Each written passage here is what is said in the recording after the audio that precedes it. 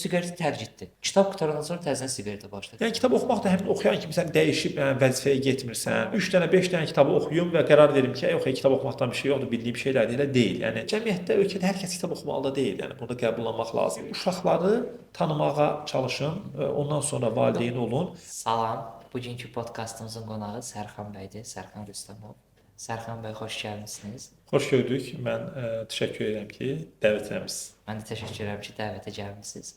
Burada podkastda insan özünü təqdim edir, qonağımız həmişə. Buyurun, siz özünüzü necə istəyirsiniz? Mən Sərxan Rüstəmov, hal-hazırda kitab sahəsində çalışıram. Libraf kitab mağazaları və Tiaspress nəşriyyatının PR meneceriyəm. Yəni rəsmi işim budur. Və eyni zamanda 9 ildən artıqdır ki, 9 il tamam olub kitab bloqeri kimi fəaliyyət göstərirəm. Bir YouTube kanalım var. Bu YouTube kanalımda oxuduğum kitablarla bağlı videolar çəkirəm. Artıq 500-dən çox video var həmin kanalda. Evliyəm. 3 övladım var, 2 oğlum, 1 qızım var. Belə kitabları oxumağı sevirəm və ətrafındakı insanlara da bu sevgini ötürməyə çalışıram. Əla. Kitab bloqeriyi bu YouTube 9 il əvvəl necə oldu? Mən 2016-cı ildə başladı. 2016-cı ilin fevralında ilk videonu yükləmişəm. Fevralın 19 yadımdadır bu günə qədər. 2016-cı ildə övladım dünyaya gəlmişdi. Övladım dünyaya gəldikdən sonra insan biraz təzə ata olanda bir həyəcanlı olursan, bir çiyinləri bir enerji, bir yük, bir məsuliyyət hissi artır və həmin ərəfədə təsadüfən qarşıma bir-iki dənə uşaq tərbiyəsi, uşaq psixologiyasından bağlı, ailə ilə bağlı kitablar çıxdı. O kitablarla tanış olanda gördüm ki, yəni bilmədiyim məqamlar çoxdur. Yəni mən o kitabların içində olmağıma rəğmən, yəni mənim kitab oxumağım, yəni sistemli şəkildə oxumağım hardasa 2013-cü, 2012-ci illərdən başlayır, yəni universitet bitirəndən sonra. Yəni mən hardasa deyək ki, uzun müddətdir kitab oxusam belə, görürüm mənim bu sahədə biraz boşluğum var, yəni məlumatsızam, bilmədiyim işlər çoxdur. Düşündüm ki, mən oxuduqlarımı insanlarla bölüşməliyəm və bunun ən yaxşı yolunun YouTube olduğunu, yəni videolar olduğunu düşündüm. Bu qalıcı olsun. Çünki bilirdim ki, ətrafdakı insanların, xüsusən də valideynlərin kitab oxumağa vaxtı olmur, özünü bu sahədə yetişdirə bilmirlər. Qısa izahı kimi. Bəli, qısa izahlardan ibarətdir. Videoların əsas yəni ki, oradakı videoların əksəriyyəti 80-90% oxuduğum kitablar haqqında qısa videolardan ibarətdir. Bəzi videolar var ki, 3 dəqiqə, 5 dəqiqə, bəziləri var 10 dəqiqə, 15 dəqiqə, artıq kitaba görə dəyişir. Belə təhlillər, bu kitabı niyə oxumalısan, nə öyrənəcəksən, nələr var, maraqlı hissələrini bölüşürəm. Bəzi səsli kitablar da var içlərində. Müsahibələr var, müxtəlif insanlardan aldığım bir 50-yə yaxın müsahibə var. Belə yəni bu tip fəaliyyət göstərirəm orada. Əla. Niyə kitab oxumaq önəmlidir sizcə? Sərxan bəy üçün niyə kitab oxumaq önəmlidir? Niyə önəmlidir? Mən düşünürəm ki, kitab oxumaq, mütaliə eləmək, öyrənməyin, bilik əldə etməyin ən rahat, ən ucuz və ən yadda qalan yollarından birisidir. Və həmçinin düşünürəm ki, kitab oxumaq sanki bir meditasiyadır, insanın özünlə baş-başa qalmasıdır, insanın özünə dəyər verməsidir. Çünki kitab oxumaq yeganə deyək ki, rituallardan, belə deyək ki, proseslərdən birisidir ki, sən kitab oxuduğun zaman məcbur olub digər ətraf aləmdən izolyasiya olmalı olursan. Məsələn, sən bir kinoya baxanda, kinoya baxa-baxa bəzi fraqmentləri ötürüb, məsəl üçün, dostla söhbət edə bilərsən, arada zəng gələr, nəsə belə də, yəni fikrin yayına kino izləmək olar. Amma kitab oxumaq elədir ki, sən artıq kitab oxuyanda, bir romanın içinə girəndə, bir bədii ədəbiyyat, elmi ədəbiyyat fərqlənmir. Sən sanki ətraf aləmdən biraz kənarlaşırsan. Bu yəni, sosial medianın bütün həyatımızı əsir aldığı bir dönəmdə sanki kitab Səbir öyrədir. Oradan uzaqlaşıb biraz tənhalığa çəkilirsən. O baxımdan məncə kitab oxumaq önəmlidir. Mən fikir vermişəm ki, ümumiyyətlə keçən qonaqlarımızla da bunu müzakirə etmişik ki, sosial şəbəkədə shorts və reelslər çıxandan sonra artıq insanlar daha çox səbirsiz olmağa başlayır. Və kitab oxumaq daha da bu sahədə məncə önəmli bir şeydir, önəmli bir faktordur. Bəli, yəni həm shortsların, yəni ki, o qısa videoların çıxması, həm də ümumiyyətlə sosial şəbəkələrdə artıq insanlar uzun yazılar oxumağa sanki səbirləri çatmır. Artıq keçib yeni nəsil, bu yeni deyək generasiyada daha qısa məlumatlara, daha sürətli, hər şey sürətlidir. Artıq sizə də bu təsir edibdir. Yəni məsələn mən 89-cu il təvəllüdəm, 35 yaşım tamam olub. Mənə belə artıq bu təsir edib. Bir də düşünün ki, biz deyək böyüyüb, uşaqlığımız keçəndən sonra bu sosial media, internet və s. aktivləşmə. Amma elə uşaqlar var ki, bunlar sosial medianın içinə dünyaya gəliblər. Yəni onlar gəndə artıq bunlar var idi.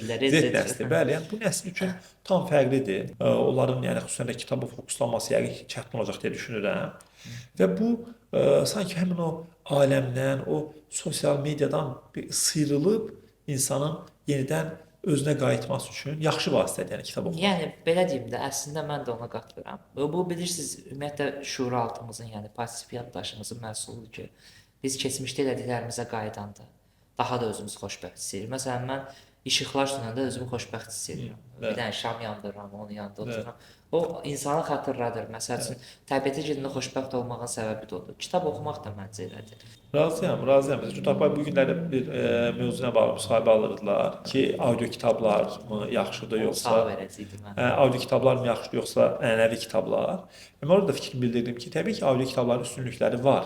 Amma Rahatdır, daşlanır. amma mən inanmıram ki, tamamilə audio kitablar ənənəvi kitabların yerini alsın. Çünki artıq insanlar bir yerdən sonra tezəsə maraqlıdır. Tutaq ki, ChatGPT, süni intellekt, internet, YouTube və s. və s. Amma biraz sonra insanlar sanki bundan doyub yenidən elə ki, o nostaljiya, Keçmişinə hisslər qayıtmaq yaşamaq, istəyir. klassik, ənənəvi kitaba qayıtmaq istəyəcək deyə düşünürəm. Məsələn, mən Almaniyada gördüyüm şey mənə ləzzət edirdi ki, hamı qəzet oxuyur. Bəli. Çox möhtəşəm bir şeydir. O demək ki, o insanlar səbirlidir, amma burada artıq qəzet bilirsiniz, müəyyən qədər təsdiqlənmiş, müəyyən qədər nəşriyyatdan çıxmış bir şeydir. Biri də var ki, hər yerindən duran sayt açır, xəbər saytı və hamı onlara yönəlir. Bu təhlükəli bir şeydir. Eynən razıyam. Yəni həmçinin o doğru qeyd etdiniz ki, yəni tutaq ki, sosial media, sayt və s. kimi şəbəkələr, vasitələr tam da dolğun, etibarlı mənbələr deyil. Amma məsəl üçün düzdür, indiki dövrdə artıq kitab da o qədər etibarlı olmaya bilir bəzən. Çünki hər kəs kitabın hardasa mətbəəyə çap edə bilər, amma özü sübut eləmiş, təsdiqləmiş nəşriyyatların çap elədiyi kitablar, müəyyən bir insanların rəylərinin olduğu kitablar və yaxud da ki, müəyyən bir studiya, redaksiyada yazılan qəzetlər artıq bir daha inandırıcıdır. Mənim bir elmi rəhbərim var idi, Şirin Məhəmməd müəllim. O deyirdi ki, Yaponiyada gündə 10 milyon tirajla çap olunan qəzet var. O qəzet gündə 3 dəfə gündə 3 fərqli vaxtda çap olunur ki, yəni dinamikaya çatsın. Yəni Yaponiya məsəl üçün texnologiyanın inkişaf elədiyi, hər şeyin bir beşiyi kimi bir yerdə, mərkəzi kimi, amma orada belə insanlar qəzet oxuyurlar, yəni buna tələbat var. Olmalıdır, mütaliə, yəni nitqi də əslində artırır. Bəli. Məsələn, müəyyən bir söz balası var. Bir insan onu keçəndə artıq o dildə şeir də yaza bilir. Maraqlı. Yəni 6000, 10000 belə bir civarda. Bəlkə də maraqlı. Düzdür, biraz Elza Seyid Cahan tərzi, yəni müasir tipli şeirlər olar. Daha dərin şeylər üçün daha çox kitab oxumaq lazımdır. Amma mən o həqiqətən çox ləzzət edir. Özüm də başladım onların prinsipindən. Yəni insan gördüyünü analiz edib biraz da özünə götürməlidir. Başladım onların prinsipindən davranmağa biraz. Çünki okey, düzdür, mən çox belə kitab oxumaq prinsipini tamamilə dəyişmişəm. Tamam fərqli spektra. Amma söhbət sizdən gedir, bu gün siz danışarsınız. Amma qəzet oxumağın da ayrı yeri var. O qəzetin ayrı bir qoxusu olur. O qoxu, məsələn, onu almaq. Məsələn, adi marketdən götürdükləri qəzeti belə oxuyurdular da. Yəni normalda elə şey oxumazlar. Düzdür, biz son illər biraz Azərbaycanda azalıb qəzetlər. Bəlkə də əlinə sayacaq qədər qəzet var hal-hazırda, amma mən xatırlayıram ki, uşaqlıq illərimdə atam tez-tez qəzetlər alardı, evə qəzet gətirərdi, qəzetlər açılmır, böyük belə. Hətta futbol qəzetləri də var. Maraqlıları kəsib məsəl üçün saxlayırdılar, belə önəmli məqalələri və s. Maraqlı dövrlər idi, amma bilmirəm, yəni bəlkə də o vaxtı sosial media və internet olsaydı o qədər qəzet məşhurlardım yox. Hər zaman öz hökmü var yəni. Yaxşı, sizə sual verəcəyim bir nöqtə ondan ibarətdir ki, mən ümumiyyətlə ölkələri gəzəndə o avtobuslarda 2 mərtəbə oturub gəzirlər, deyirlər ki, mən gəzdim. Elə gəzmirəm, yəni kütlə ilə danışıram, kim nə deyir, nə demir. Həm də xırda detallara önəm verirəm və bestsellerlər mənim diqqətimi çəkir. Yəni hər gələndə Azərbaycandakı kitab mağazalarındakı bestsellerlərə baxıram və orada xarici ədəbiyyatın daha üstün olduğunu görürəm. Niyə? Məsəl üçün bir kitab mağazasına girmişdim və adi başqa Azərbaycanlı yazarların, şairlərin keçmiş soruşurdum. Deyir, əslində biz də gətirmək istəyirəm, amma buna tələbat yoxdur. Niyə sizcə belədir? Belə deyim, baxın bu bestseller siyahısının formalaşması məsələsi kitab mağazalarında iki cür ola bilər. Bir həqiqətən real bestseller siyahısı ola bilər. Bir ola bilər ki, hər hansısa bir kampaniyanın təsiri ilə bestsellerə düşən kitab ola bilər. Və yaxud da ki, ola bilər sırf mağazanın marketinq siyasətidir ki, hər hansı bir kitabın çox satıldığını göstərmək istəyir, onu bestseller siyahısına qoya bilər. Hər biri mümkündür. Gizli bestseller. Ola bilər, yəni ki, bunun bestseller olması. Amma bestseller siyasının formalaşması dünyada da məncə belədir əslində, əksər ölkələrdə. Sanki çox belə fundamental əsərlər, daha belə elmi, yönümlü, ağır əsərlər çox zaman bestseller olmazlar. Yəni bestseller olan əsərlər daha çox kütləyə xitab edən, daha asan dili ola bilən, daha belə deyək də, daha publisistik dildə yazılan kitablardır. Elmi populyar belə deyək və elmidirsə də elmi populyar kitablardır. Qaldı ki, niyə xarici müəlliflər? Yəqin ki, xarici müəlliflərin kitablarının sosial media reklamları olsun, PR-ı onun yaxşı. PR-ı daha güclüdür deyə, onlar daha çox satılır. Amma Səməd Vurğunla Məmməd Arazın da nə PR ola bilər ki, yəni o qədər adam o şeiri yazıb yəni. Bilirsincə, indi o şeir məsələsi belədir. İndi yəqin ki, o irəliləyən dəqiqələrdə daha ətraflı bəlkə də danışarıq şeirlə məsələn.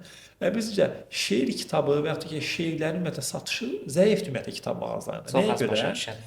Həm o var, həm də bilirsincə, şeirlər daha sanki əlçatanda mən istədiyim şeiri internetdə axtarıb tapıb oxuya bilərəm. Yəni oturub şeiri kitab alıb kitabını oxumaq ənənəsi artıq biraz azalıbdır deyə düşünürəm. Qəzet kimi oldu. Və insanlar daha çox hal-hazırda ən çox satılan kitablar şəxsi inkişaf, motivasiya, sonra psixologiya, detektiv, klassik əsərlər bunlardır. Yəni ən çox satılan hal-hazırda oxunan kitablar bunlardır. Bir dostum var idi. Bir kitab var idi. Necə siqareti tərk edə bilərəm. Bəli. Aha. Alenkanın Onu kitabı. başladı oxumağa. Necə siqareti tərk etdi. Kitab qutarandan sonra təzədən siqaretə başladı. Dedim, niyə təzədən başladı? Dedi, bu mənə motivasiya verirdi. Bu səhifə qutarandan sonra mən təzədən oxuyanda motivasiyanı görmürəm. Təzədən siqaretə başladım. Şəxsi inkişaf kitablarına baxış açınız maraqlıdır. Belə deyim, yəni təbii ki, o motivasiya məsələsi daxildən gəlməlidir. Daxildən olan motivasiya önəmlidir. O xaricdən kimisə söhbətdən qulaq asaraq, kimisə kitabdan bir məqalə oxuyaraq Manipulyasiyadır. belə qaza gəlib həvəslə başlayıb sonra itə bilir də bu adətən. Mən o şəxsi inkişaf motivasiya kitablarına daha çox baxıram. Bunlar bir sanki tetikləyicidir. Bu bir dəfə oxuyum, o ilə də bitsin deyil. Yəni sadəcə olaraq biz məsələn bir motivasiya kitablarını yazan şeylər bizim bilmədiyimiz şeylər deyil. Bizim bildiyimiz sadəcə fərqindəliyini itirdiyimiz Başqa bir məqamlardır. insan sizə demək kimi. Bəli, yəni sanki xatırladıcıdır. Ona görə davamlı olmalı. Çünki mən uşaq tərbiyəsi ilə bağlı 50-dən çox bəlkə kitab oxumuşam, amma hər dəfə oxuyuram və hər dəfə oxuyanda yenilənirəm. Çünki niyə? Yenilənirsiz yoxsa fikirləriniz qarışır? O ikisi arasında belə deyim, sizcə, sonra baxın, sanki aşağı-yuxarı dedikləri eynidir. Yəni bu psixoloqların, uşaqla, ailə ilə, insanların arasında bağlı dedikləri eynidir. Amma hər dəfə oxuyanda sanki əvvəl oxuduqlarını unutmursan, yenidən xatırlamış kimi olursan. Ona görə də yəni 3 kitab, 5 kitab oxuyub insan kifayətlənməlidir. Mən şəxsi kitab oxudum, mənə xeyri dəymədi. Və yaxud da mən bir dənə klassik əsər oxudum, nə olsun ki, nə qazandım. Yəni ki, kitab oxumaq, ümumiyyətlə mütaliə maddi bir şey deyil. Məsələn, tutaq ki, biz bir yemək yeyirik, bir meyvə yeyirik, bir şirə içirik.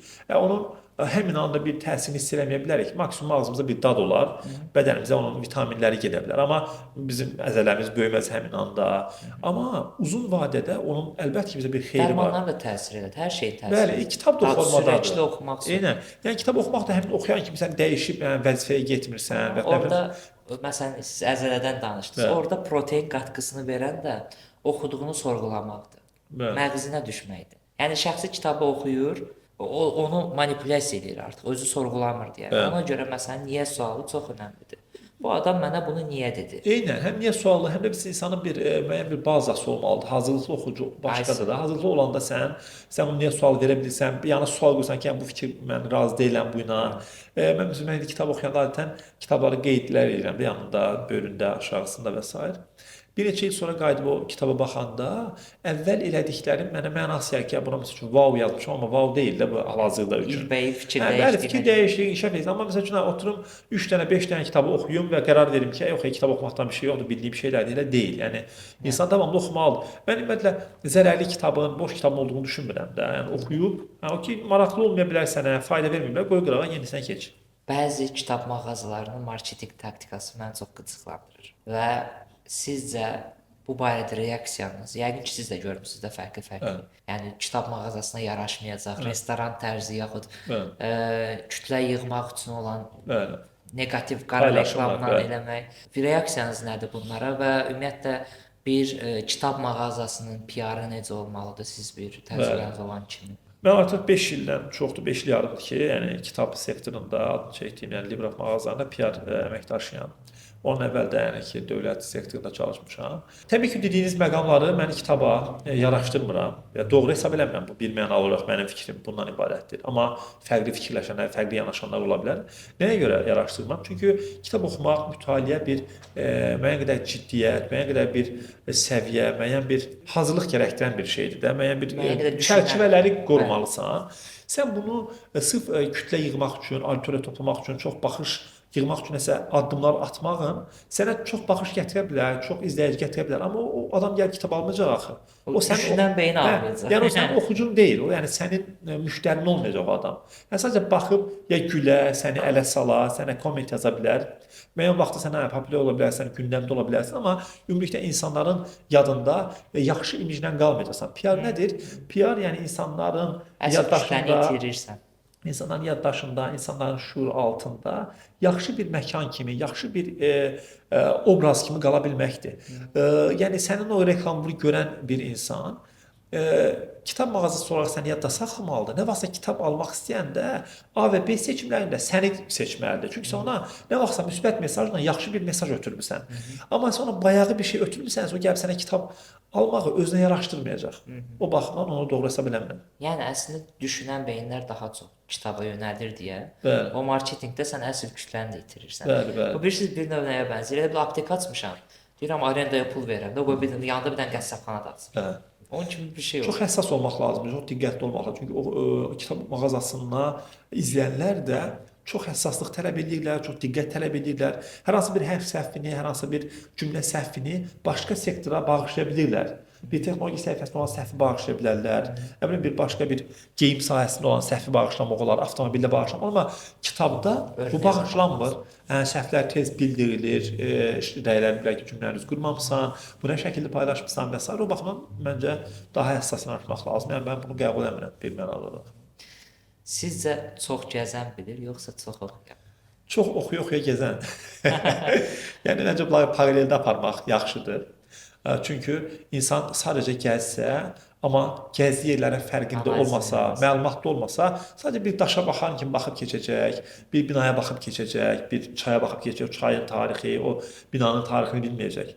Amma eyni zamanda da bunu oxuyan insan da sadəcə oxuyub gəzməsə də sanki həyatında nəyisə bir şey əks edir. Təbii ki, gəzmək biraz hardasa müəyyən qədər maddiyyat tələb edir. Ona görə mən bayaq söhbətin əvvəlində dedim ki, kitab oxumaq nəyə görə önəmlidir? Ucuzdur. Yəni sən tutaq ki, kitab oxuyaraq həm zamanda, həm də dünyada səyahət edə bilirsən. Sən ola bilər ki, o həmin ölkəyə fiziki olaraq getməmisən, amma kitab oxuyaraq, onu harasa o vaxtda məlumat, bəlgesəl izləyərək, sənədi film izləyərək oranı sanki gəzən insanı daha yaxşı tanıya bilərsən. Şəhərlərini, küçələrini, tarixini. Hiss eləmək istəyirsən. Amma təbii ki, gəzmək də bir üstünlükdür. Məncə bu paraleldə olmalıdır. Bunlara qarşı-qarşıya qoymaq yaxşı Məncə deyil. say olaraq yox, şey olaraq, keyfiyyət olaraq. Keyfiyyət olaraq, bəli. Bizim insanlar daha çox cəmiyyətə yönəlir. Bəli. Mən bu gün 30 ölkə gəzdim, Ölkə bu il gəzdim, falan. Bəli. Çətin. Harasını gəzdin, Mümkün hansı deyil. küçədə oldun, Bəli. kimlə danışdın, Bəli. hansı sənət əsərini gördün. Gedirlər məsəl üçün. Çox olur. Mənim adi ailəmdə də var o insanlardan ki, gedirik İstanbula, mən gedirəm böyük adada gedim o tarixi yerə baxmaq. Deyir ki, mən alış-veriş mərkəzinə gedirəm. Deyirəm bu Azərbaycanda da var. Niyə Bəli. İstanbula gəldik? Bəli. Yəni alış-veriş mərkəzindən düşmüşkən sual, bir dənə də sualım var. Bəli. Ümumiyyətlə Almaniya deyirəm. Yəni daha çox orada olduğuma görə belə. Orada məsəl üçün alış-veriş mərkəzinə gedirdim, var idi kütlə, amma həftə içi falan az olurdu da. Amma kitabxanaya gedəndə belə uzun bir növbə olurdu. Quyruq kimi belə də. Yəni gedir növbə, hamı da növbəyə dururdu belə. Çox ləzzət edirdi ki, kitabxanada o növbə var, mən ondan həzz alırdım. Amma Azərbaycanda çox az görürəm o söhbəti. Sizcə niyə belədir? Bir çox səbəbləri var. Məsələn, bizdə də, yəni bizim kitab mağazalarında da bəzən olur bu növbələr, məsələn, müəyyən günlərdə, kampaniyalar olanda, bayramlarda, amma hər gün olmur təbii ki bu. Səbəbi nədən ibarətdir? Məncə ümumiyyətlə kitab almaq, kitab oxumaq müəyyən bir ehtiyacın, təməl ehtiyaclar olma, Maslow'un piramidası var, təməl ehtiyaclar piramidası var. Təməl ehtiyaclar qarşılanandan sonra gələn bir şeydir kitab almaq. Yəni bir insanın kitab alması üçün, kitab ehtiyacını hiss eləməsi üçün onun digər təməl ehtiyacları tam qarşılanmalıdır. O insanın maddi baxımdan qida, ərzaq problemi olmamalıdır, məişət problemi olmamalıdır düşünürəm. Onun digər o qayğıları, təməl qayğıları həll olunandan sonra insan artıq nə etmək istəyir? Kitab da oxumaq istəyir, kitab da almaq istəyir. Mədac beyin işləmirsə. Bəli, yəni tutaq ki, sənin cibində müəyyən bir məbləğ pul var. Sən seçim qarşısında bu pulu mən kitaba verim, yoxsa çörəyə verim, yəni təməl qidaya verim, çörəkdəki kimi nəzərdə tuturam. Bu insan təbii ki, qidanı seçməlidir. Həyatda qalmaq üçün özünə asılı deyil bu. Amma insanın o təməl ehtiyacları qarşılananda, maddi vəziyyəti yaxşı olanda kitab artıq gəlir gündəmə. Təbii ki, deyə bilərsiniz ki, elə insanlar var ki, təməl ehtiyacları qarşılanıb, amma heç kitab onun vecinə də deyil. Yəni kitab ümumiyyətlə ömrü boyu alınır. Bu halda var.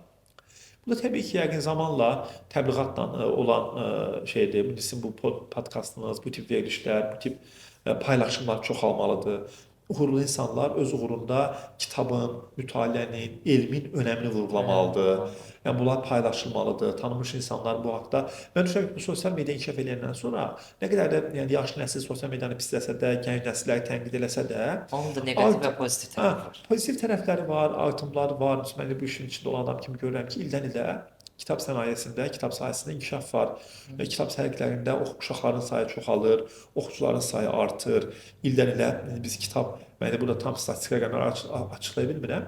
Yəni kitab satış sayı göstərir ki, ildən ilə kitabın satışında, kitaba maraqda bir artım var. O məsəl üçün o yaşlı nəslin tənqid olunan məsələlər var da, sayıq görünən insanlar kitab oxuyur filan. Yəni bunlarla mən qətiyyən razı deyiləm. Zənnimcə İbrafın gəlməyi də biraz qədər kömək elədi. Təbii, yəni Rəqabət artırmaq. Təbii razıyam. Ümumiyyətlə kitab mağazalarının sayı, kitab şəbəkələrinin sayı nə qədər çox olarsa, o rəqabət artır və digər mağazalarda, digər nəşriyyatlarda daha aktiv işləməyə başlar və bu proses zənginləşir. Yəni mən nə demək istəyirəm? O fikirlə razı deyiləm ki, əvvəllər insanlar kitab oxuyanda oxumurdu. Belə deyil. Yəni əvvəllər bizim babamızın dövründə bu telefon olsaydı, onlar kitab oxuyasaydılar. Yanaşmada bir problem var. Bəli, yəni o zamanın içinə girib oradan dəyər vermək lazımdır, yəni qiymət vermək lazımdır. O baxımdan mən yəni bu məsələdə biraz pessimist və bədbin deyiləm açığı. Düşünürəm ki, zamanla hər şey öz yerini tapacaq və bir də cəmiyyətdə, ölkədə hər kəs kitab oxumalı da deyil. Yəni bunu da qəbullanmaq lazımdır. Yəni hər kəs kitab oxumayacaq, oxumalı deyil. Mən inanmıram ki, dünyanın ən inkişaf ölkələrində də belə deyil. Yəni o qədər oxuyan yoxdur, hər kəs oxumur. Mən bir statistika ilə tanış olmuşdum. Dünya üzrə yəni top ilkdə olan ən çox kitab oxuyan ölkələrdə illik bir insanın ortalama kitab oxuması 17 kitabdır. İl ərzində oxuduğu kitab 17 top ortalama. Bəli, yəni bu nə deməkdir? Misal nəyə görə gətirirəm? Məsələn, bizim kimi ölkələrdə, Azərbaycan, Türkiyə və sair bizim ətrafımızdakı da yaxın qonşularımızda isə bu 3-dür, 5-dir belədir də. Yəni ən yaxın tutaq ki, ölkədə 5 olar, bizdə 2-3 olar. Bu nəyə görə bu misal gətirdim? Yəni özünü inkişaf etdirən bir insan, mütaliəli bir insan. Mən çalışıram ki, ayda 2 kitab bitirim. Yəni il ərzində mən 24 kitab bitirməyə çalışıram. Stresi səbəb olmur sizdə. Yox, açığı alışmışam, vərişləmişəm. Yəni nə deməksə, biraz cəhd göstərməklə biz dünyanın ən çox kitab oxuyan insanların ortalaması üstünə çıxa bilirik. Yəni ayda sən 2 kitab oxumağın kifayət edir ki, sən dünyanın ən inkişaf etmiş, ən çox kitab oxuyan ölkəsindəki insanlardan daha çox kitab oxuya biləsən. Amma burada bir söhbət var da, statistikadan söhbət gedir. Statistikaya inansaq, ortalama dərinliyi 1 metr olan hovuzda boğula bilərik. Yox, təbii ki, o statistika ilə bağlı, təbii ki, amma necə deyim də, yəni ən çox kitab oxuyan insan nə qədər kitab oxuya bilər sizcə günə, yəni bir il ərzində və bir ömrü boyunda? Oturub oxuyarıq hamısını, amma keyfiyyət söhbət olmaz. Keyfiyyət olmaz yəni. Yəni laptaq ki, aya 1 kitab oxusun. İlə 12 kitab eləyən. Bu da az bir rəqəm deyil də. Və hər kəsin oxumaq lazım deyil, nəyə görə deyirəm? Əsas o lokomotiv hissə var da. Sevən oxumalıdır. Sevən oxumalıdır. Bir də Pareto prinsipi var da, o 80-20 məsələsi. O əsas oxuyan 20% olanda, o 80% onun arxasında gələcək olsun. Yəni kölgəni onlar düzəldəcəklər. Yaxşı, sizcə kitab oxumaq insanı sürreal həyata sürükləyir, yoxsa real həyatda qalmağa kömək edir? Yaxşı, maraqlı sualdır. Yəni ki, insan biraz xəyallar aləminə gedir, yəni reallıq hissini itirir mənasını deyirsiniz. Cəmiyyətə alışmırsan da, o kitabdakı cəmiyyət sənin üçün daha ideal gəlir və daha bir vakuumda yaşayırsan sanki. Məsələn, ilk başlarda çox adam bəzən qorxur ki, mən dərin fəlsəfəyə girsəm, yaxud Camus'u oxusam sonra mən depressiyaya düşərəm, məsəl üçün. Yəni bu sizcə necədir? Yəni o baxımdan mən düşünürəm ki, insan tam da kitabların içinə gedib o kitab qurdu deyirlər. Ancaq kitab oxuyur, başqa heç nə eləmir. Bu insana təbii ki, fəsadlar ola bilər, dediyiniz kimi. İnsan balansı qorumaq lazımdır. Həyat kitabdan ibarət də deyil. Yəni insan real həyat həm də oxuduqları yaşamağa da vaxt ayırmaq lazımdır. Sən ancaq oxuyursan, məlumat depoluyursan, nə vaxt yaşayacaqsan, nə vaxt həyata keçirəcəksən. Mən indi son illərdə daha çox stoistik fəlsəfəsinə maraqlanıram, stoik fəlsəfəsini bəyənirəm. Onların həyata yanaşmasını. Yəni həyatda baş verən hadisələri daha təmkinlə qəbul edə bilmək, neytral qala bilmək, əgər bunu dəyişməyə gücün çatsa dəyişmək, dəyişməyə gücün çatmırsa, onu olduğu kimi qəbul etmək və növbəti mərhələyə keçə bilmək. Deyə düşünürəm, bunu, yəni balansı qorumaq lazımdır. Yəni zamanla olacaq yəqin ki, birbaşa olmur da. İnsan həyatın müəyyən dönəmlərində kitaba özünü aludə olub, reallıq hissi itirər və bundan sonra mənlə əziyyət çəkə bilər. qədərində olmağı, Bəli, Nizami balans. Gəncəvinin su söhbətinə Bəli, gəlir. balans qorumaq önəmlidir. Balansı qorumaq önəmlidir. Bəs sizcə, yəni əslində düşünməyən bəy bu sualı o da qarşılayır. Yəni kitab insanı manipulyasiya edirmi? Yəni oxuyan insanı analiz eləmirsə zaten manipulyasiya edir. Bəli, əgər hazırlıqsız oxucusa manipulyasiya ola bilər. Bəli. Ona görə də oxucu əgər özü hazırlıqsız hesab edirsə özünü, kitab oxuyan insanların fikirlərini ala bilər. Sözünə güvəndiyi insanların oxuduğu kitabları oxuya bilər ki, kitabın adına, üz qabığına aldanıb vaxt itkisi yaşamasın. Yeni yazarlar, yeni şairlər sizi həyəcanlandırırmı keçmişdəki kimi, yoxsa Mən sizin öz fikriniz mənə maraqlıdır? Mən belə deyim, mən bu yaxınlarda, elə bu il oxuduğum əslində ilk kitabı oldu. Mən Nizami Gəncəvinin Xəmsəsindən Silə Xəzəsini oxudum. Və Silə Xəzəsini oxuyanda, Silə Xəzəsinin əvvəlində biz yəni ki, çoxumuz, əksəriyyətimiz çox təəssür olsun ki, hamı Nizami Gəncəvini tanıyır, hamı Xəmsə deyir, Xəmsəni tam sayır, amma oxumayıblar. Yəni məktəbdə Şadlıq sarayda var. məktəbdə biz bir neçə dənə beyt öyrənmişik, kuplет öyrənmişik. Məşhur, amma Silə Xəzəsini mən oxudum. Xəmsə, bu arada bizim teatrımız onun 5 cildini bir kitab halında belə qəşəng hədiyyə. Onu almışdım özümə hədiyyə kimi. O kitabdan Silə Xəzəsini oxudum. Silə Xəzəsi bəlkə səhv deyirəm səhifəsini 130-150 səhifəlik təxminən bir böyük ölçüdə kitabdan gedirlər. Belə böyük ölçüdə kitabdan şeirlərdən ibarətdir də, şeirdir və əvvəlində bir 10 səhifəyə yaxın Nizami Gəncəvi haqqında bir məlumat var da. Və mən orada nə diqqətimi çəkdi? Nizami Gəncəvi Silə Xəzəsini yazarkən o yəni Xəmsəni ərsəyə gətirdiyi ərəfələr də 33 yaşı olub.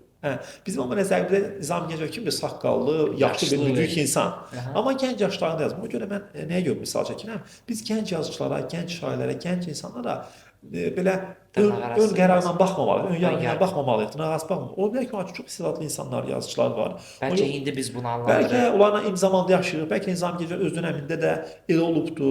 Ona görə düşünürəm ki, gənc yazıçılar var və mənim oxuduğum, qələmə hörmət elədiyim, sözünə hörmət elədiyim, nüfuzuna hörmət elədiyim yazıçılar kifayət qədər var, şairlər var.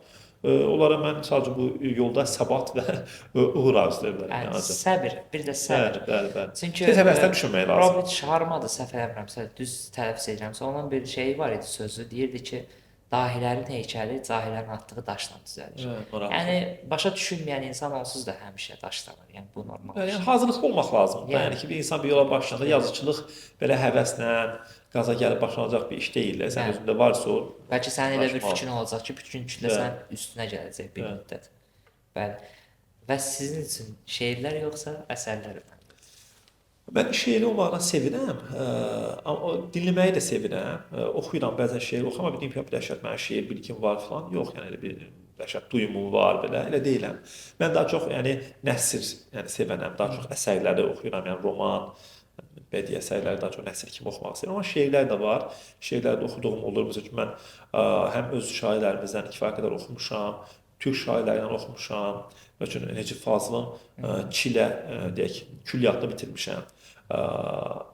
Sonra Mehmet Akif Ersoyun Səfahat külliyyatını bitirmişəm. Yerli yazıçılarımız, yerli şairlərimizi oxumuşam. Məsəl üçün Nizami Gəncəvi ilə Xəmsəsindən başlamışam. Belə oxumağı, şeir oxumağı da sevirəm, amma əksəriyyət oxuduqlarım nəsr əsərləri. Nəsr əsərləri. Mən şeiri nəyə görə üstün tuturam? Onu mənə bir dəfə də soruşmuşdular. Şeir daha az zamanda daha çox şey götürməkdir mənim nəzdimdə. Yəni o sətirlərdə sən çox şeyi öyrənə bilərsən, əgər sorğuluyursansa. Əsər biraz qalın olur və müəyyən qədər daha çox zamanın gedir. Demirəm, bütün əsərlərdən söhbət gedir. Amma məncə şeir bloklanmış, şifrəli bir kitab kimidir sənin üçün. Bəlkə indi onu duyan, bilən insan üçün, yəni ki, həqiqətən belə şeirləri tapa bilsən, razıyam. Amma mənim qənaətimcə isə sanki şeir biraz daha çox ilham, insanı düşündürən, daha çox belə mənəviyyatla bağlı şeydir. Amma əsərlər, nəsr əsərlər insanı həm də elmi baxımdan inkişaf elətdirən məqamlar olur. Yəni sən elmi kitabı şeirinə yaza bilməzsən orası. Belə o məsələlər var. Sən ta ki təbiət təsvir edərsən, insanı təsvir edərsən, duyğunu təsvir edərsən, amma sən o elmi məsələləri biraz şeirlə vermək çətin. Sizin üçün unudulmaz və təkrar oxuduğunuz əsər. Belə deyim, əslində açığı mən bəlkə də mən doğru yanaşıram, səhv yanaşıram. Mən eyni kitabı təkrar oxumağın o qədər tərəfdarı deyiləm. Çünki zaman qısadır, həyat qısadır. Oxunacaq kitablar çoxdur, maraqlı kitablar çoxdur. vaxt da azdır. Hətta mən bir nümunədə oxumuşdum ki, insan hər gün bir kitab oxusa belə, ilə 365 kitab oxuyar və ömrü boyu 36.500 kitab oxuya bilər. 100 il yaşasa, hər gün kitab oxusa, sur yaşına. Bu mümkün deyil. 3000, 5000 maksimum kitab oxuyarsan özünü öldürürsən. Amma dünyada milyonlarla kitab var. O baxımdan eyni kitabı təkrar-təkrar oxumaq hal-hazırda mənim qənaətimdə doğru deyil, amma elə insanlar var ki, fikirləşirlər ki, yaxşı kitabları seçirsən, 10-15 kitab seçirsən və ilbəil onları davam dəyişdirsən, oxuyursan, təkrar-təkrar oxumusan, amma bir dənə gözəl söz var ki, insanın deyir ağıllı olması üçün, dünyanı dərk etmək üçün 10 kitab oxumağa kifayətdir, amma həmin 10 kitabın hansı olduğunu bilmək üçün minlərlə kitab oxumaq lazımdır. Yəni minlərlə kitab oxuyub 10 kitabı tapandan sonra insan təbii ki, o artıq onu davamlı oxuya bilər. Amma indi bu gənc illərimizdə mən düşünürəm ki, insan daha çox fərqli kitab oxuyub araşdırmalıdır. Ona görə xüsusilə kitab olmayıb, amma sevdiyim kitablar təbii ki var ki, yəni bir iki dəfə onlara təkrar-təkrar baxmışam. Çünki mən kitablar oxuyanda qeydlər edirəm və müxtəlif çıxışlara gedən o kitablara təkrar göz atıram. Psixologiyanıza kitabın təsiri olubmu? Pozitiv və ya negativ tərzdə? Çox təsir olub, bəli. Mən yəni bu gün əgər mən həyatımda nəsə bir müsbət mənada nəsə varsa həyatımda, ailə həyatımda, iş həyatımda və s. onların hamısını mən kitaba borcluyam. Bir mənalı şəkildə kitaba borcluyam. Və oxuduğum kitablara çox şey borclu olduğumu düşünürəm və xüsusən də ailə, uşaq psixologiyasından bağlı yaxşı kitabları oxumuşam deyirəm. Çünki valideyn olmaq, valideynlik eləmək çətin, çox çətin işdir və mən yəqin ki, bu kitab oxumağıma rəğmən nə qədər səhvlərə yol verirəm, amma o səhvlərin fərqindəyəm. Oxuduğuma görə oxumasam fərqində olmayasaydım, düşünürəm ki, belə də olmalıdır da, yəni uşaqlar bu belə də böyüyəcək öz-özünə. Məsələn, mən nəyə fikir verirəm? Özüm də gedirəm də kitab mağazalarına, burada da gedirəm. Vaxtım olanda məsələn xoşlamıram ki, nəyisə vaxtını öldürüm də. 30 dəqiqə varsa girirəm yaxında bir kitab mağazası falan. Orada girəndə insanlar kitaba baxır, arxasında qiyməti yazılır. Nə bahadır deyir. Sonra mən o kitabı götürürəm, görürəm ki, o qədər də baha deyil. Yəni 8-10 manat civarı arasında bir şeydir. Və restoranda daha çox kütləni görürsən. Yəni daha çox pul xərcləyirlər. Sizcə bunun səbəbi nədən irəli gəlir? Bizimkilər daha çox yeyib içməyi mi sevir, ona görədir yoxsa? Mən bu tip məsələlərdə daha çox yəni insanları və kütləni qınamaq və günahlandırmaqdansa özümdə, yəni mən özümdə sərxan olaraq özümdə, çünki mən bu işi eləmək olan şəxsəm də həm vəzifə olaraq, həm də dedim, bir şeyi bilən, bir şeyin fərqində olan insan onun məsuliyyətini daşımağa başlayır. Məsəl üçün, tutaq ki, şirkətlərdə olur və yaxud bir böyük insan bilirsə ki, buna əl dəyəndə adamın əli yanır, onu balaca uşağa əl dəyməyə qoymamalıdır, ona məsuliyyət daşıyır. Biz uşaq əl dəyəndə uşağı qınamağımız doğru deyil, böyüklər ona nəzarət etməyiblər. Bu cəmiyyətdə də belədir. Əgər insanlar kitab oxumurlarsa, kitab oxumağın faydalı olduğunu fərqində deyillərsə, bəlkə fərqində olan insanlar yetəri qədər əzm göstərib onu onlara çatdıra ötürə bilmirlər. Ən böyük problem. Mən podkastda da ona görə edirəm ki, məsələn, sözünüzü kəsdim, üzr istəyirəm. Yəni bizim cəmiyyətdə digər cəmiyyətlərdən fikir verdiyim fərqli hissədir. Düşünən beyinlər var ya, oxuyan, sorğulayan. Onlar çox sakitdir. Sakitlər. Məsələn, tədbirlərdə də olur. Məsələn, tutaq tədbir olur. Bilirəm ki, tədbir gələn insan çox intellektual, mütaliəli insanlardır. Sonra kim sual verir, mutabıq sakit durur. Biz o məşhur bir söz də var, deyir ki, dünyanın ən böyük problemi odur ki, deyir, axmaqlar özlərini çox əmin ikən deyir, oxumuş, yəni düşüncəli insanlar daima şübhəlidirlər də, çəkinir ki, bir də bunu deyirəm səhv olar. Çünki insan çox oxuduqca nə qədər az bildiyini fərqinə varır və ehtiyat eləsə demək ki, bir dənə səhv eləyərəm, səhv deyərəm. Amma oxumayan insanda bir cahil cəsarəti olur. Daha rahatdır.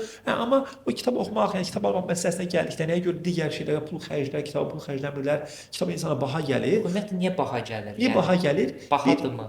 Bir onun təbii ki, maddi tərəfi var, nisbi məsələdir, baha ucuz məsələsi. Ola bilər ki, insan həqiqətən də maddiyyatı, aylıq gəliri çox aşağıdır deyə, onun üçün 10 manatlıq kitab baha ola bilər. Amma gəlin bir başqa məsələdə, başqa tərəfdən baha. Baxın, məsələn, bu gün bura gəlməzdən öncə bir görüşü vardı. Boş vaxtım oldu, bir necə mağazaya girdim, geyim mağazasına. Mən üst geyim almaq istəyirdim özümə. Mağazadakı o qiymətlər, yəni çox yüksəkdir. Yəni 300 manat, 250, 400 manat belədir üst geyimləri. Telefon mağazasına girdim, telefon qiymətlərinə təxmini baxmaq istədim.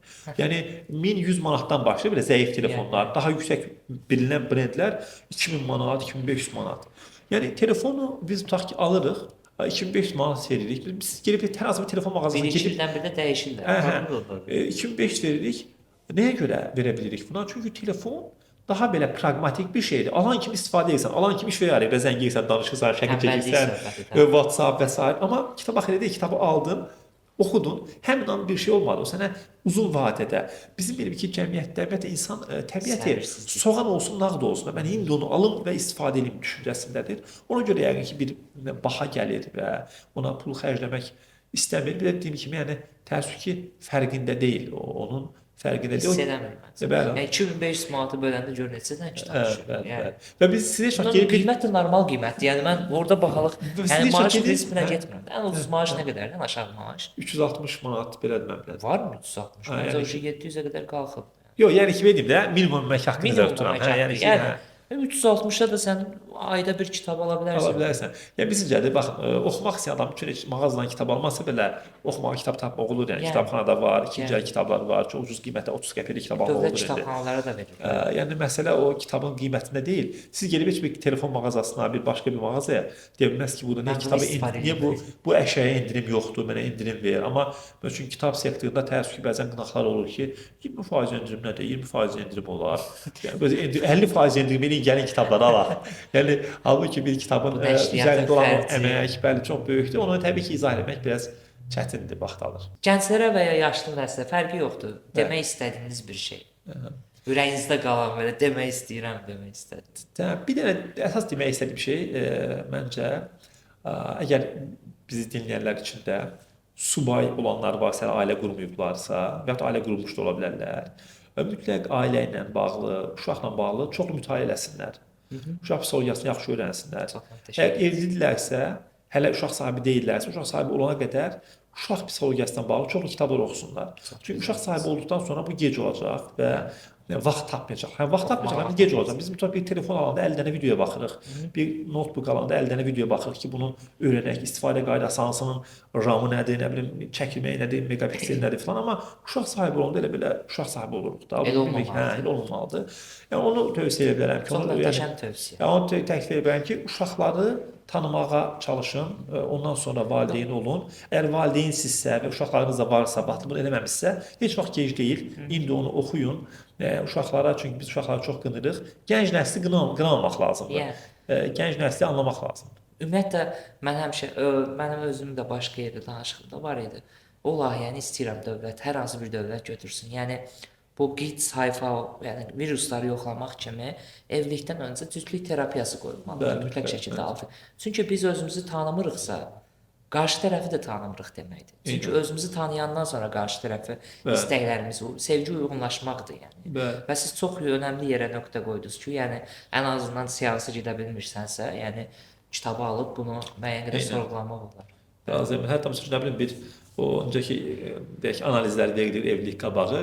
Müəyyən bir psixoloji test olmalı ki, bu insan evliliyə nə qədər yararlıdır, nə qədər Odur. Mən hazırlıqlıdır. onun Çox izahını önəmlidir. vermişdim ki, yəni dövlət dəstəkli olsa, psixiatrik mən Bəli. əminəm ki, bu psixiatrik xəstəliklər hardasa bir 10 il ərzində çox yarıdan çox aşağı Bəli. düşəcək.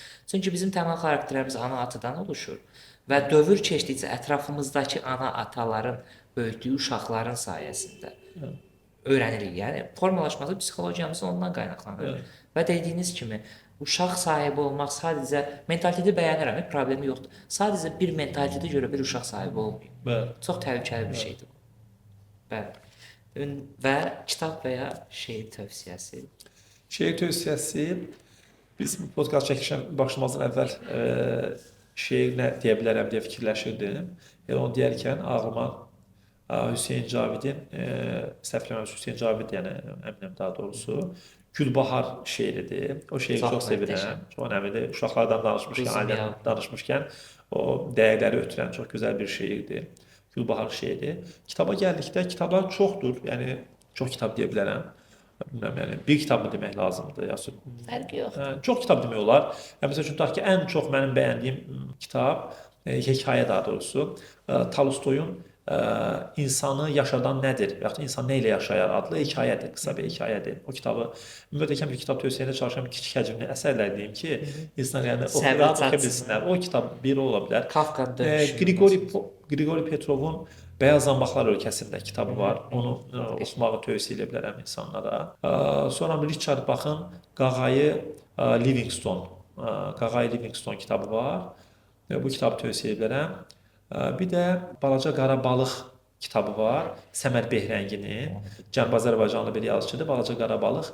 O kitabı tövsiyə edə bilərəm. Çox da iyi kitablarımız üçün. Hal-hazırda oxuduğum, məsələn, Stoisi fəlsəfəsinə maraqlanıram. Stoikin gündəliyi kitabını tövsiyə edə bilərəm. Kitab oxumaq vərdiş olmayan insanlara. Mən də sizin Livrafda ilə götürdüyüm, sizdə bir işçi var idi, adı yadımdan çıxıb, o elə biz onunla birlikdə tapdıq onu, kitabların arasında qalmışdı. Məhəmməd Füzulinin Rent Zaidə əsəri var. Çox möhtəşəmdir. İnsanın daxili və xaricindəki, yəni özündə formalaşan ruhların bir-biri ilə savaşı kimi çox möhtəşəm əsərdir. Şeir olaraq da Ramiz Rövşən Qarışqa ömrü məncə müəyyən qədər maraqlı əsərdir. Maraqlı söhbət oldu. Çox təşəkkür edirəm. Mən təşəkkür edirəm. Minnətdaram dəvətə görə. Ümid edirəm ki, kiməsə faydası dəyər.